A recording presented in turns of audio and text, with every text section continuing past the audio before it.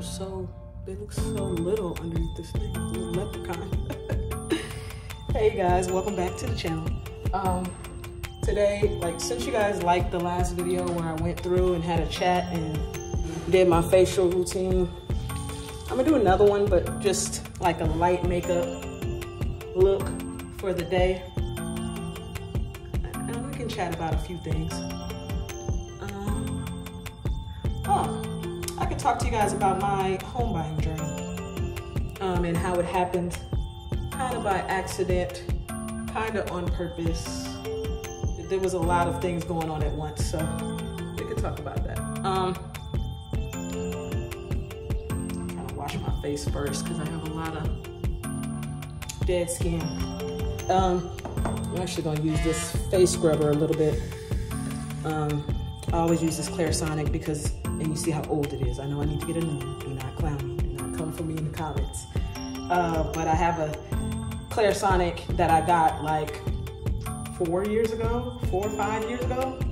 I think this Clarisonic is older than my youngest daughter actually, so maybe 6 years ago. And it still works, so I keep it. And it was only $100 back when I got it. Now these are going for like $200 some dollars. So it's a really great investment and it lasted long term, so still using it. But yeah, I'm just gonna use it to scrub a little bit of this soap into the creases of my nose because it always gets kind of flaky in the winter because my skin is so dry in the winter. So I'm just getting some of those blackheads out of the corner of my nose. And then I'm gonna go around and just cleanse my face so it can be ready and you know, prepare for a flat, like a light look of makeup, so I'm not overdoing it, not caking it up, all that stuff. Anyways, let's get into story time. So I had to start the home buying process. I started off, I've been saying that I wanted a house since I was like 15 years old. I used to draw houses, I used to draw interior design. I used to want to be a realtor. I actually got my license because I was so mesmerized by houses, and I grew up in a situation where I had my dad and he always used to show me homes, and then I had, let me turn this way so I'm not off camera when I go in the water. But my dad used to show me homes. My stepdad was into the real estate business and did some fix and flips, and I just loved it. I loved every aspect of it. The beauty of it was that you can make houses any way you wanted them to be because you owned them, and ownership was just so beautiful to me.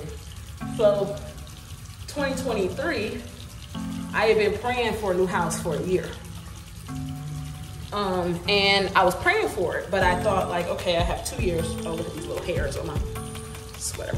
I actually cut my hair because I had a weave with a closure, and I wanted to refresh it, so I cut it into a bob, and now I'm gonna style that as well. But anyways, so 2023 comes, the beginning of 2023, me and my sister have been talking about it. There's some economic programs.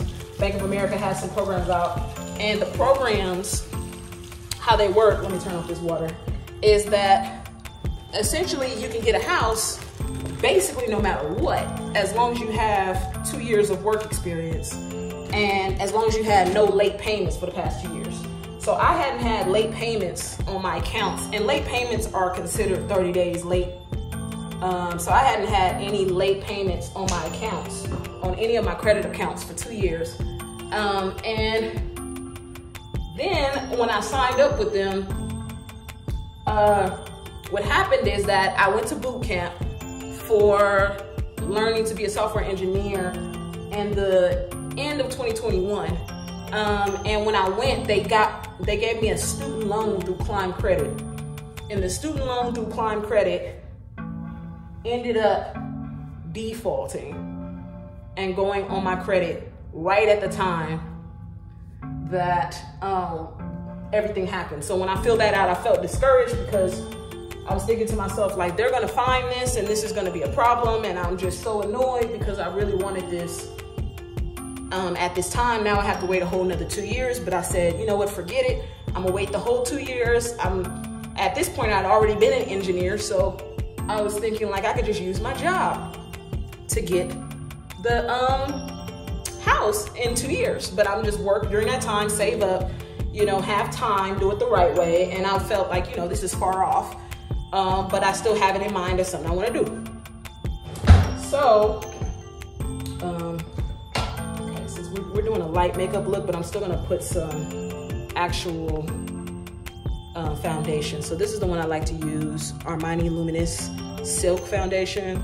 It's very popular amongst the African American community because the shade is accurate, but then also like it goes on and it doesn't feel cakey. So I like this one. I also like Fenty as well. I have Fenty Beauty, which all of my makeup looks like it's worn out, but that's because I use it so much. I'm just gonna put on some of this strobe cream from MAC, just as a foundation so I don't get dry while I'm putting on the makeup. So anyways, the way that everything was going, I was okay with it. I was gonna accept it. And then, my mom in February of 2023, she ended up having to move to Atlanta, Georgia. She had health problems and she had to move to Atlanta, Georgia. And I'm gonna tell you guys a story about that another time and go into it more in depth. But she says, I had just signed a lease for a new apartment. And she says, Star, come out here and stay where I'm at. And I'm like, I'm not gonna stay out there. I can't stay out there because then I'd have to break my lease. So then I told her, I said, I'm not breaking my lease. I said, the only way I would come out there is if I bought a house. And I said it, and I was joking with her. Like I was saying it in a way like that's never gonna happen. So there's no need for me to actually, and look at this, my awesome husband got me this for Christmas. I've been needing these for a while, so thanks to him, shout out to him on that. I'm gonna use this flat one, see how that works out. But yeah, so essentially, I made that joke and I said it out loud, and that's how you know manifestation is real, because I said it out loud in a joke, but I said it like so serious as well, like, you know, that's the only way that I would come out there, because that's serious. Like I knew that there was no way that I would come out there did I not have, I don't like this brush, hold on, I'm gonna use a different brush. This is my angle brush. This is I don't think for foundation per se, and I think it's bothering me.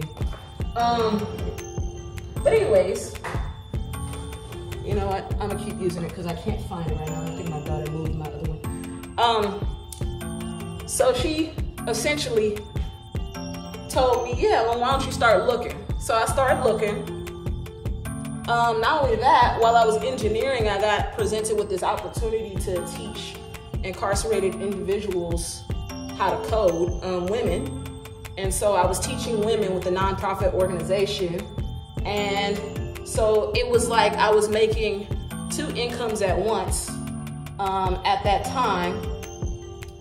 And I also just started browsing.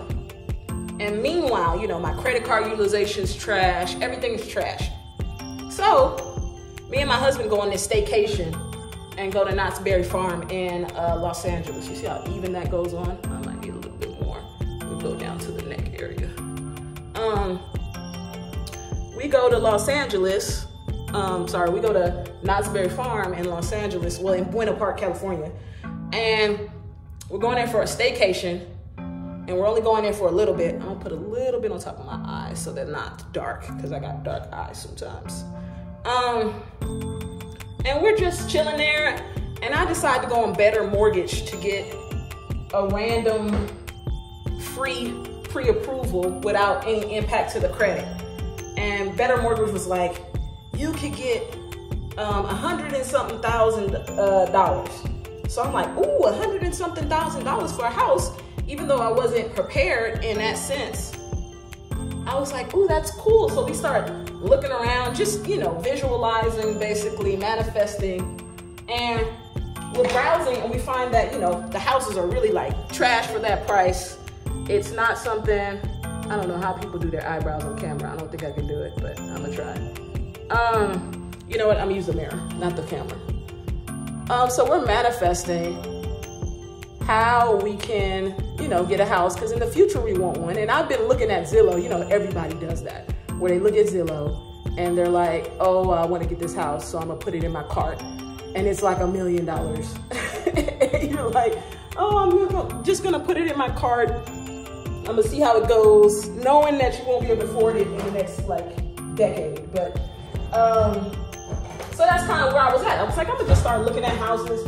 I was looking at some things and I was like, these are so much lower than what I anticipated. Well, my friend, my husband's my husband's brother had referred us to a realtor before I did that. And I was refusing to call her because I was like, I'm not ready. Like, the other company said that I couldn't get a mortgage. And the company, you know, just now, even though I was just looking into it, they said that it's gonna be only 100-some-thousand, which, you know, in the US, even anywhere, that's hard to find a house with. And especially in Atlanta now, because everybody's here. Oh, that one's turning out okay. That's not bad. I'm gonna fix this one a little bit. I always use a Q-tip. But essentially, I told them after that, I got kind of motivated to call her, because I was like, if they're giving me 100-and-something-thousand, I'm kind of curious as to what she will say. So we call her and she starts running through how it works. And based on what she's saying, I'm like, this doesn't sound like it's as far off as the other company was making it sound. Maybe she's just trying to get the sale, or maybe this is actually possible still. So she tells me, just get with my mortgage company and just see if you get pre-approved. This one's all right. It's not the best. I'm not the best. I wouldn't say I'm the best at makeup, but this will get me by, because I'm just going to Walmart. It's not that super serious, but from a distance, it's nice. So she says, just talk to my mortgage company.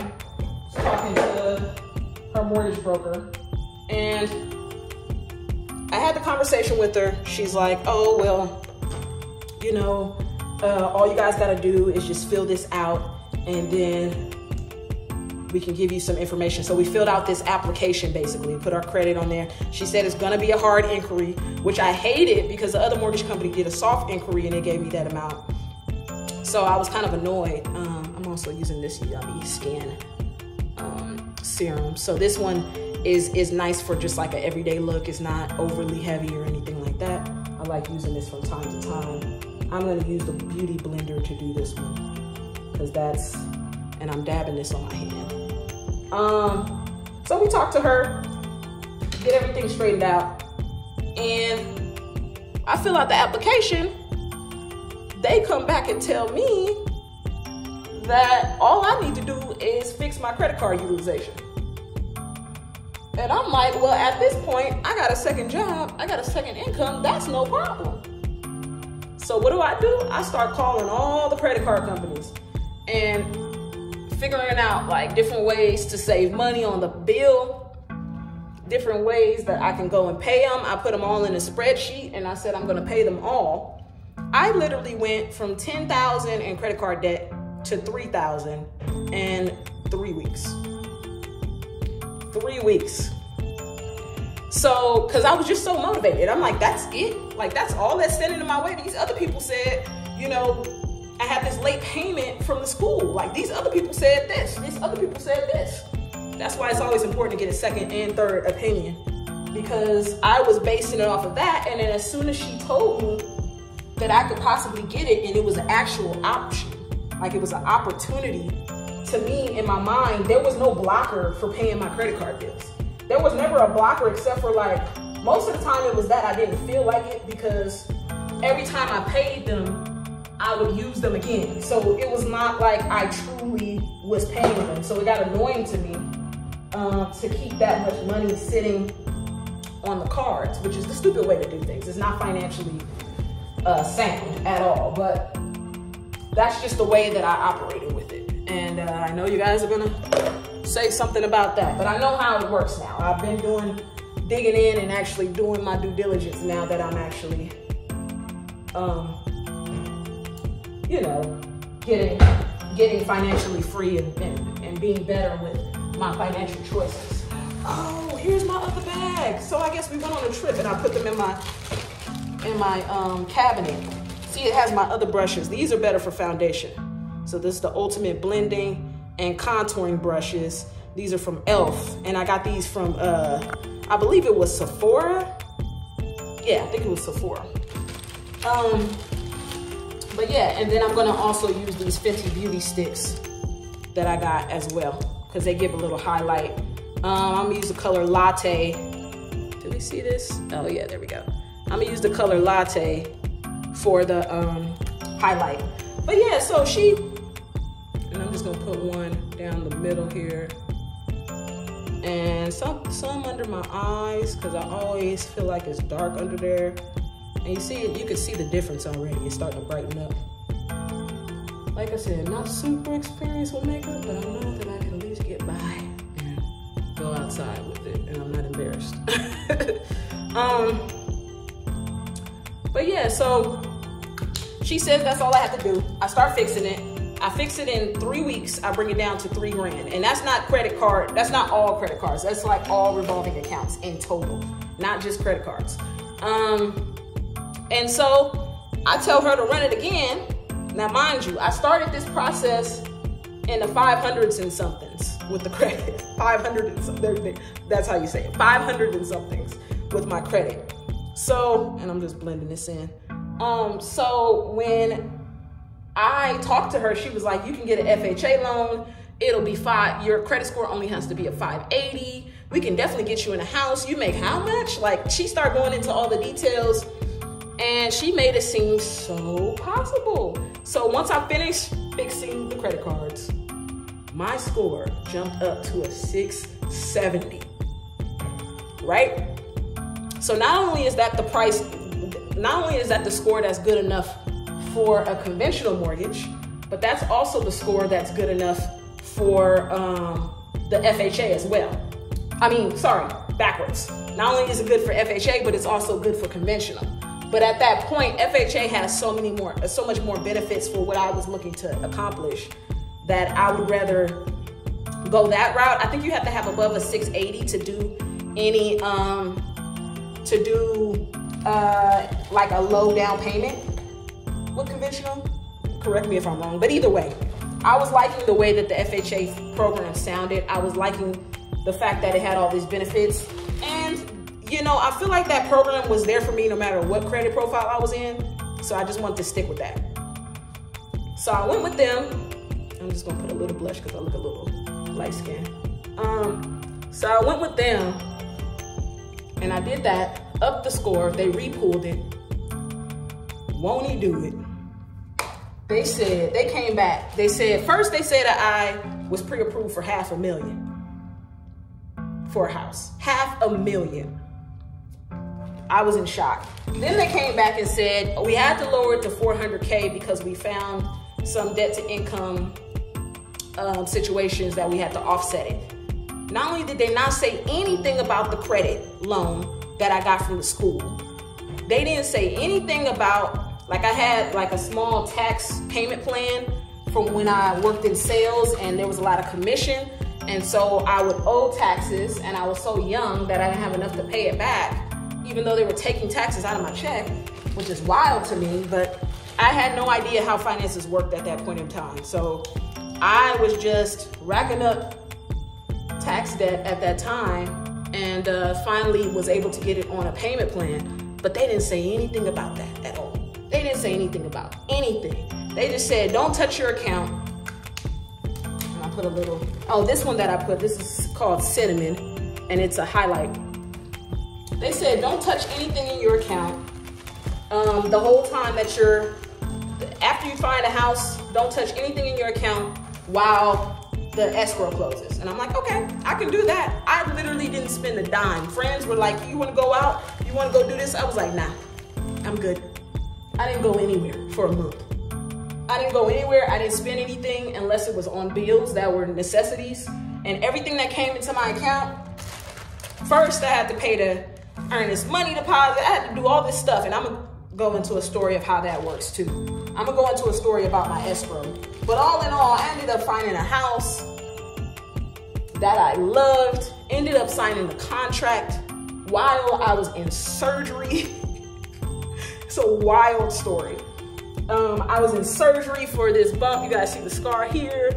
So they had to sew me up. So I'm in here with a swollen face, signing the document to get approved. To put in an offer for a house, and found out the contract was accepted once I got out of the surgery. And I told my mom, and she cried and she congratulated me. She was so happy for me. She was so happy for me. And I felt so blessed because not only was I able to be there for her, but I was able to pursue one of the biggest dreams I ever had in my life. Like, that was one of those lifestyle points from Sims type situations. Like, it felt so surreal to me that something that seemed so unobtainable in January of that year happened in April of that year. I closed April 28th of 2023. And I'm still in disbelief. But I'm gonna go into details about the escrow story in our next Get Ready With Me session. For now, I'm gonna try to find some lip gloss because I can tell that my mouth is dry. And yeah, I don't wanna subject you guys to that anymore. But that goes to show you manifestation is real. The words that you speak out of your mouth are real. So you gotta not only be careful what you say, but you also gotta say the stuff that you want and mean what you say. Like, it was really a big lesson to me in life that some of the stuff that you think you can't do, it's not because you actually can't do it. It's just that you've never seen it done for you before. So it feels impossible because you don't know the exact route to get there. But that doesn't mean that it's impossible. That just means that it hadn't happened for you yet. So you don't know what it looks like. You're not supposed to know what it looks like. All you're supposed to do is go that direction, work towards it, and then when opportunity meets, what is that saying? Oh yes, when opportunity, right, meets hard work, that's when you'll have your success. So at that time, my hard work that I was able to put in was having that second job. That time, my hard work of putting that money straight on those credit cards and not spending anything for a month, that was the hard work. Me being on time with my payments for 2 years, minus that school thing, because they got me with that you got to be careful of predatory loans. But I digress. I say all that to say, just stay at it. Whatever you're interested in doing in your life, keep at it, keep working towards it. And when that opportunity comes and you're ready at the right time, it's gonna come together for you. Thank you for stopping by my channel. Talk to you guys.